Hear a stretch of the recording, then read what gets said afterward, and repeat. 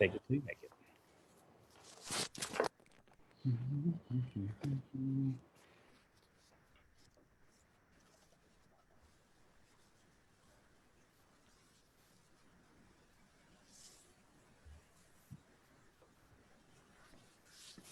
And I think we're live. Hello, hello. Let's say we're live. One of these days I'll get an actual notification that this thing works. So anyway, it says live on mine. So It says live on mine too. perfect. Is it live on yours? That's It says it in Zoom, but like on Facebook it doesn't say okay. if it's actually live or not. So Got but now I can scroll down to the post, and after all that awkwardness, welcome to Explore Your Face Live with Rob and Amy. and Rob. that's right. The crew is back for another great discussion.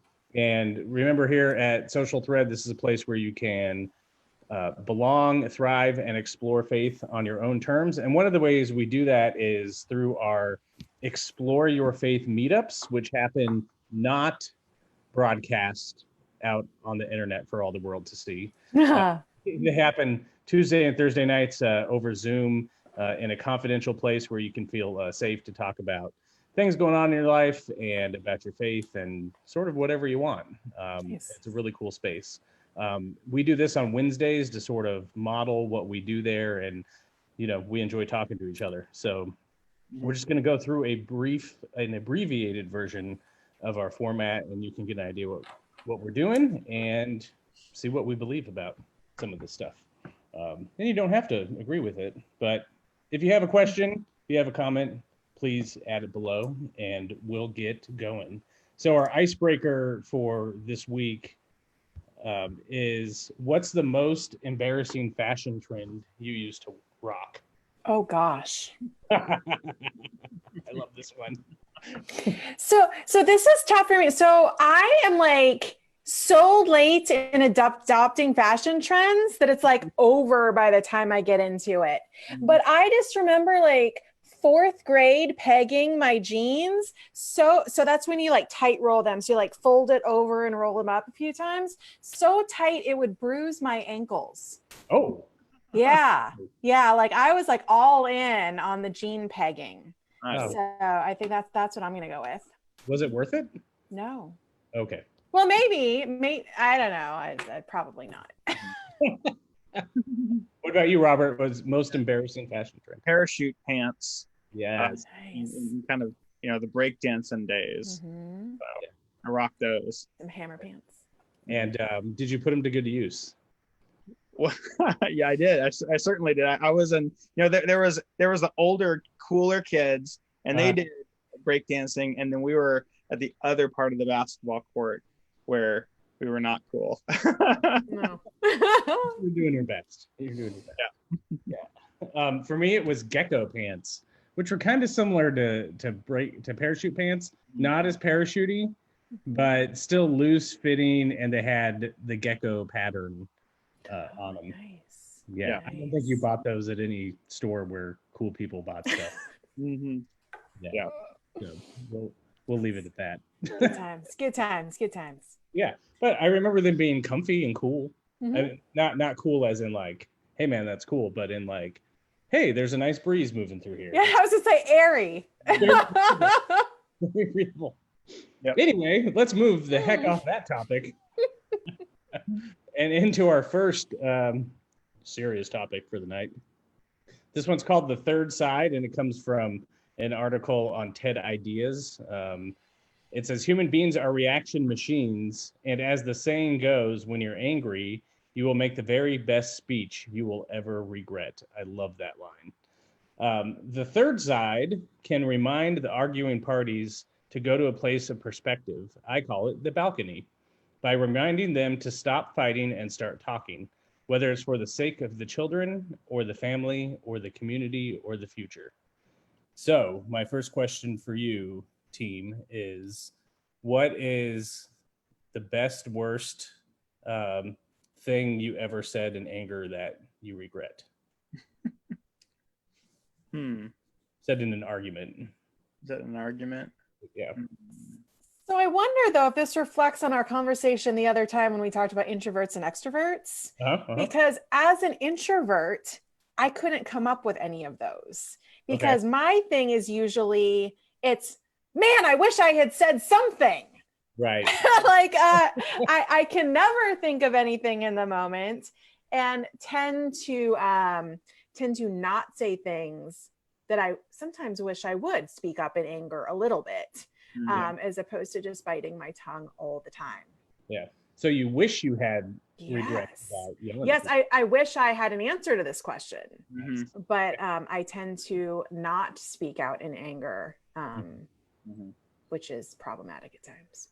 Yeah, Amy, I'm similar to you where I like 3 or 4 days later, I'm like, I know exactly what it would be so great to say right then, but but I can't come up with it in the moment. Right. You're like, let's see if I can call that guy back up and get into argument. Yeah. Like I need to get the anger moving so I can do it this time. I'm ready. I'm ready to drop the hammer. For me, it was in college and it was with a good friend who we were on different sides of I don't know that we talked about politics so much as we actually talked about religion. And we were on opposite sides of an issue that was a religious issue, but I guess is a political issue. I won't say what it is, but anyway, I was totally, completely right, and she was totally, completely wrong. Clearly. Normally, right? Normally we would have actually really good discussions and be like, oh, you know what? I learned something today, and she would say, I learned something today too, and we might move our positions a little bit. But this day on this topic, it wasn't happening. And I just kept getting angrier and angrier and angrier. But I was also at my best that day, like mentally. Nice. And so I was crushing it. Everything she threw at me, I had the perfect comeback. Answer. I had the data, I had the rhetorical argument. I was doing this. And we were making such a fuss in the psychology quad at California State University, Long Beach, that other people started coming around and sort of, I didn't realize it for a few minutes, but they were kind of getting behind me and like cheering me on. Wow. This thing had gotten. And I didn't realize it until, something changed on her face to where it was like, oh, this has gone too far. And then I kind of realized, there's other people and, the tears and the sobbing. And I will always remember that as I would never, ever want to do that to a friend again. Like no matter, there's no topic that, or it would have to be such an extreme topic that it's worth ruining a friendship over. Wow. I don't know that it ruined it, but it changed it. Sure. Yeah. Because people can sometimes forgive things, but you don't forget. Like you don't usually like forget something happened. Yeah. So it's always there. Whew. Yeah, that was a big one. That one stuck with me, and that's not, I didn't have it still put my foot in the mouth or said things in the moment. But that one I always try to like not worth it. Don't do that. Yep. Yeah. Wow.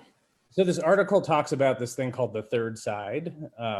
And it says we need to think about the greater good or something that is bigger than what we are arguing about.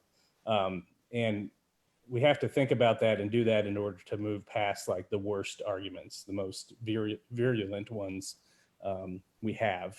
So what do you guys think about that? Do you think it's even possible anymore to try to come up with like, hey, we gotta rise above this argument and do it for the kids or do it for the country or do it for the dog. I don't know. Do it for the common good. Is that possible? Well, not on social media, I think. And I think that, I think that a lot of times that's my very first thought is, well, how would you do that? Because anytime I see somebody take the balcony, that just tends to fan the fire worse. Then everyone gigs up on them. It's like how can you be so reductionist and talking about the like okay. You on this? Yeah. but I think that, you know, if both parties are willing to you know, I think it was said best to see each other as a unique person with individual experiences. Yeah, and that came from this week. Just a little bit of Little preview for next week. preview there, you know, if you go on it. But I think as both parties are approaching that, I think it is possible to hear a third side or hear a side from the balcony. Yeah. I wonder, like in your example, Rob, like I think about, I wonder if that third party, and this ties into what you just said, Robert, too, like it depends if there's a relationship, I think maybe. So for the two people in the argument, is there a relationship that is holding them together that may also, so you said do it for the kids or the common good or whatever, like it's like we have a relationship and we have something that ties us together enough to be able to be like, maybe there's something else. I think if you don't have that relationship that is something else that's tying you together, it makes it much, much more difficult to hear something else. Yeah. Do you guys remember a time when these kinds of debates and arguments were novel, when it was interesting? It was like, oh, haven't had a disagreement or a political debate or a theological debate in a while. Like, let's have this one with my friend, or, you know, you run into someone. Now it just seems like that's all conversation is. It's just constantly like the goal. It seems like the goal of every conversation has got to be, I have to prove that I'm right. I have to crush you. I have to prove to my friends that you're wrong. Yeah. Well, I think oh, go ahead. Oh, go ahead, Amy. Oh, I was just saying, I think I'm more of an avoider. I don't feel like I have a lot of those conversations. I just we don't engage in that because I'm conflict averse, and unless it's somebody who, like, occasionally there's somebody who I really want to, like, I care about enough to hear at least what they think, even if it's not going to change my mind, and I tend to not even share my opinion back most of the time because it seems pointless. So I'm more of the withdrawal piece. Yeah. Okay, good, great. Sorry. I just shut down your conversation. I'm like, no, I don't do that. But that's like the introvert extrovert thing. Like they're real. Like it's real. Yeah, absolutely. For me, what I was going to say is that it depends, like, you know, just me personally, like I'm just so rarely so passionate about an opinion that, you know, because I realize that most opinions are just opinions. And when you have an argument, it's somebody who is convinced that their opinion is fact. And, you know, I guess for me, that's what I always go. I'm just not so passionate about, you know, like winning my, you know, a particular side. I think when I think back to the conversations that I used to have, like, you know, you have like long theological conversations or philosophical conversations, that those would be long conversations with friends, and they would go hours at a time, you know, and you would have these deep conversations, and you would explore every part of the topic, and maybe one person would be super passionate about being right, and the other person, but to me it was more like an experience of going through all of the sides and working through something, where I feel like now most of our conversations are arguments, and it's like arrows flying one over the other. It's like, oh, you have an arrow? That's okay. I got a cannon. You got a cannon? You gotta be, you know, it's like one of those like mafia movies, you know, like, oh yeah, you gotta bring a gun, you gotta bring a fight, you know, you get all this stuff. And you know, I don't know. I just feel like people are out for blood, and I'm not sure why. Yeah. So. Yeah. And to kind of round this one out, like, is there anything in our public discourse that's a third side that you know, is there a greater good any more than anybody could agree on? Or I guess the fact that we disagree on what the greater good means probably tanks that one before we get started. I guess just maybe like common, like, so we don't end each other, you know? Like, Like- survival. hmm Like the human experiment, is it over? Right. Yeah. Whew. All right, that got dark. I was gonna say that got real dark real fast. Second fashion trend that you're most embarrassed about. Oh boy. Hey, look, you know what? Speaking of the human experience, that's our next topic. What it means to be human. Do you guys listen to the On Being podcast with Krista Tippett? Sometimes, not all, not consistently, but yes.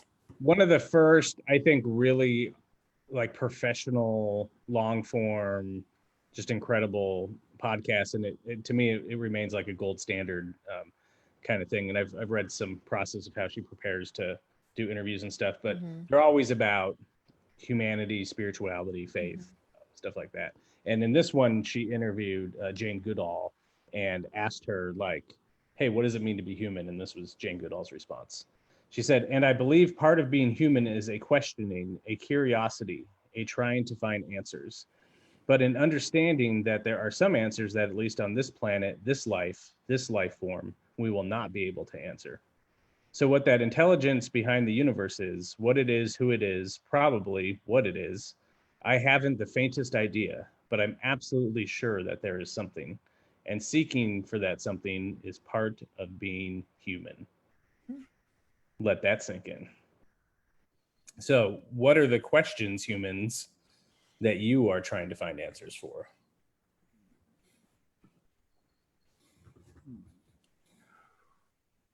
I want to know how big this thing goes. How deep does it go? I don't know how far in the universe can we go? Is it possible? Is it infinite? Where did it start? How did it start? And not to prove that my beliefs about science or God or whatever are correct or whatever, but just because I'm freaking fascinated. Like, it's just that's when I experience On Wonder. That's when I'm like thinking about the vastness of the universe and like all those questions that brings up. It totally gets my curiosity and my interest going. Yeah, me too. Space exploration is fascinating to me. The other day in the news, they're talking about sending a land rover to Venus, and you realize we don't have any pictures of what the surface of Venus looks like, or even what it looks like beyond what and I think that's so funny is that it's kind of a guess, and to realize, boy, we have no idea what that is, and it's like yeah, it's our next door neighbor, so to speak, Yeah. So I think that's absolutely fascinating. So first of all, Jane Goodall's my hero. Like, that woman is, if you didn't just watch that movie that she just had, I think it's on National Geographic, it's like The Hope or something like that. Highly recommend it. But I love the wonder. I love the wondering. Like my philosophy or my theory the other day was I was thinking about like Big Bang and like expanding universe. But what if it's like a pulse? What if it's like this extended period of time where it goes out, it comes back together, and then it comes out again, and it comes back together, and it goes out again over however many millions and millions and millions, billions and millions of years. And I don't know. So like I love thinking about what it could be. I probably spend more time just thinking about people. Yeah. And how the meaning in people and purpose, and like, are people good or bad? And like those, I tend to ground more of my wonderings in the human experience than the celestial. Yes. Oh, great word. Thanks. Excellent word. This is why we bring you on here to class. This point up. I do really like the question, thinking about the human experience and not just, in the vastness. I do love the question, why is this meaningful?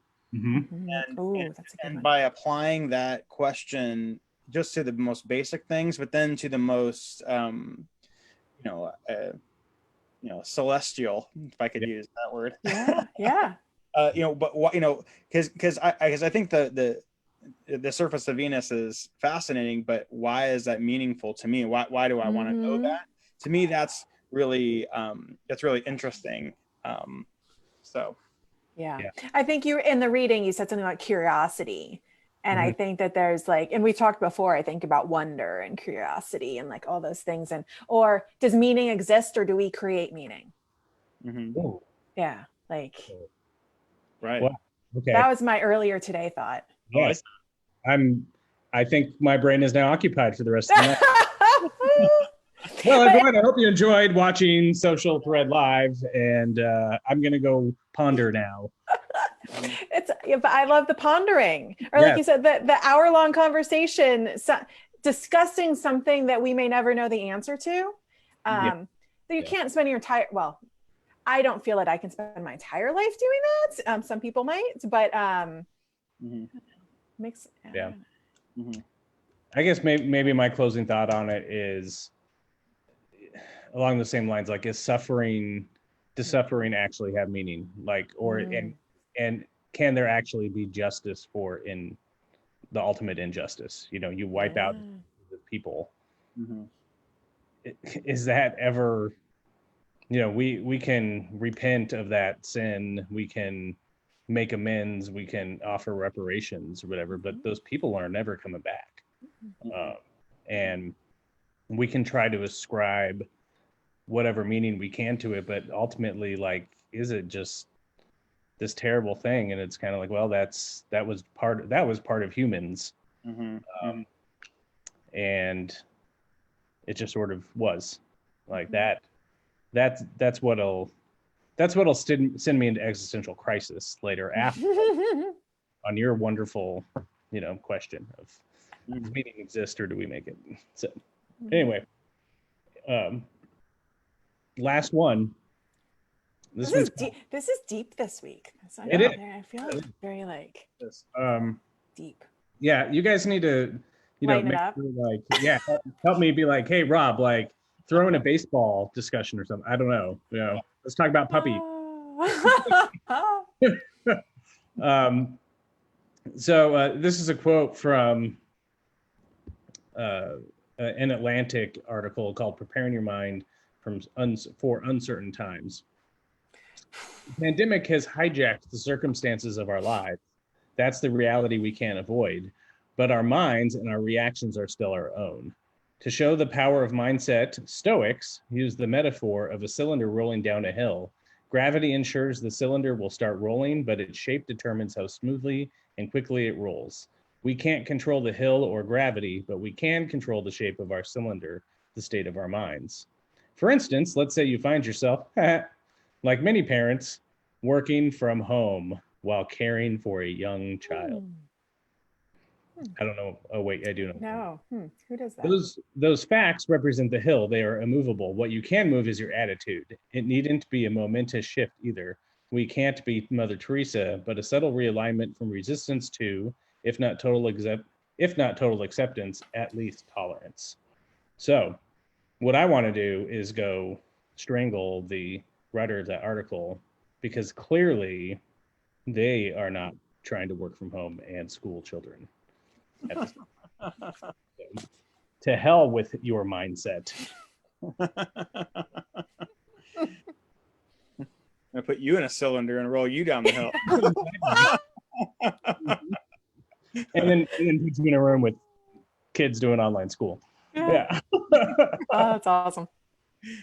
but I do like the overall point. Is interesting of we'll talk. I'm on a stoicism kick as well. Robert's probably thinking after 2 weeks of stoicism questions, but this one specifically around mindset and of how, like, you do get to make a choice of, am I going to let this thing destroy me, or am I gonna grin and bear it? At the bare minimum. So I don't So know. this is like the opposite of the optimist question. Mhm. That what was it? Toxic optimism, toxic positivity, Toxic toxic positivity, and this is you get stoicism. destroyed by things. Yeah, I don't know.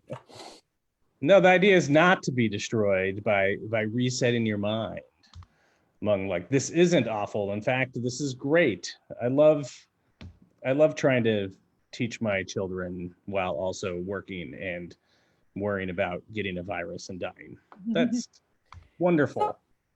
I absolutely think that there's a role in how in setting mindset. Like I do think, but I guess in the article, I I think I think there are some things that are a lot harder to control and choose.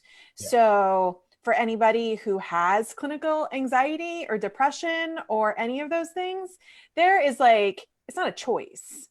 Right. There's maybe a degree of choice, but I think that he oversimplifies the choice. I also think that he can, by assuming you can make your cylinder completely round to roll down the hill very smoothly, also doesn't I think that it's just hard, like when you have grief and you have emotion Mhm. that makes a logical mindset choice Yeah.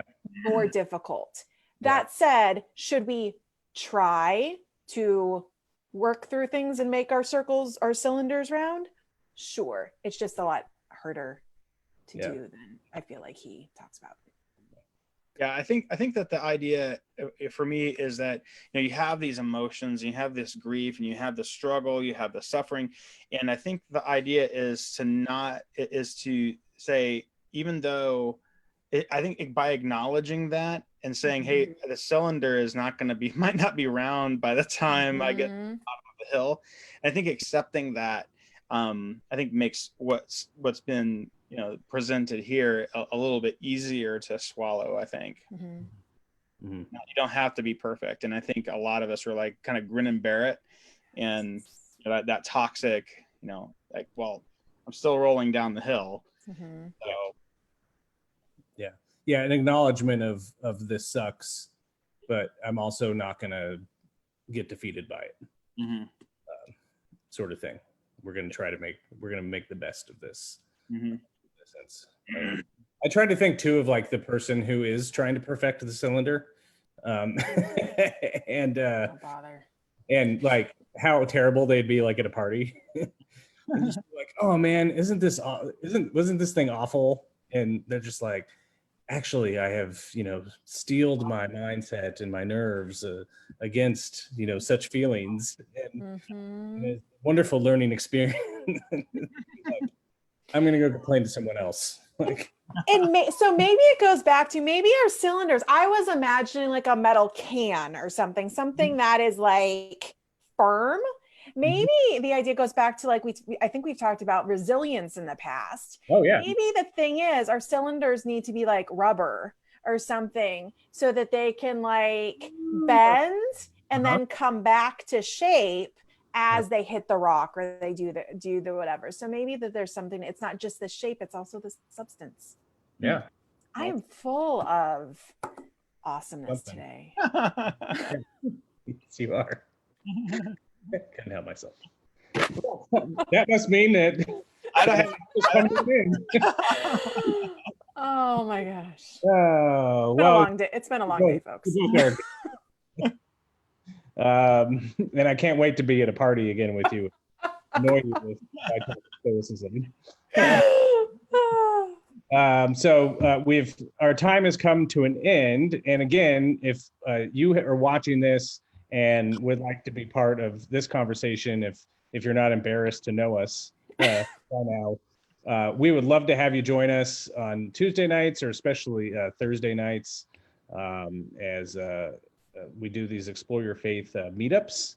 And we will post a link along with this down below in the comments on how you can go sign up for that. And you can also go to that page and check out sample discussion guides so you see everything we're going to be discussing for the night. And again, there's folks from all along the journey who participate in our meetups, and you know, nothing's off limits, and no, we haven't run anybody out of town yet. So really deep, really meaningful conversations, lots of laughter like we do here now, and just time to build community in a time where we really, really need community in any way we can get it. So that's what really touches my heart and my mind and my soul about these meetups. And I just really hope you'll join us if you see this and hear this invitation.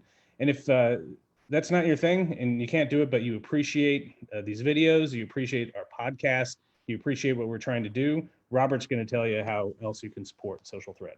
Sure. You know, so Social Thread is a nonprofit, so you can make a tax-deductible gift. You can go to socialthread.org/support, and you can get involved that way. I think that's it. Yeah. Thanks for joining, everybody. And we hope to see you at a meetup. Otherwise, Rob and Amy, we'll see you next week when we talk about some more Stoicism. So, all right. Sounds good. Great. Sounds good. Bye, everybody. Bye. Bye. Yeah.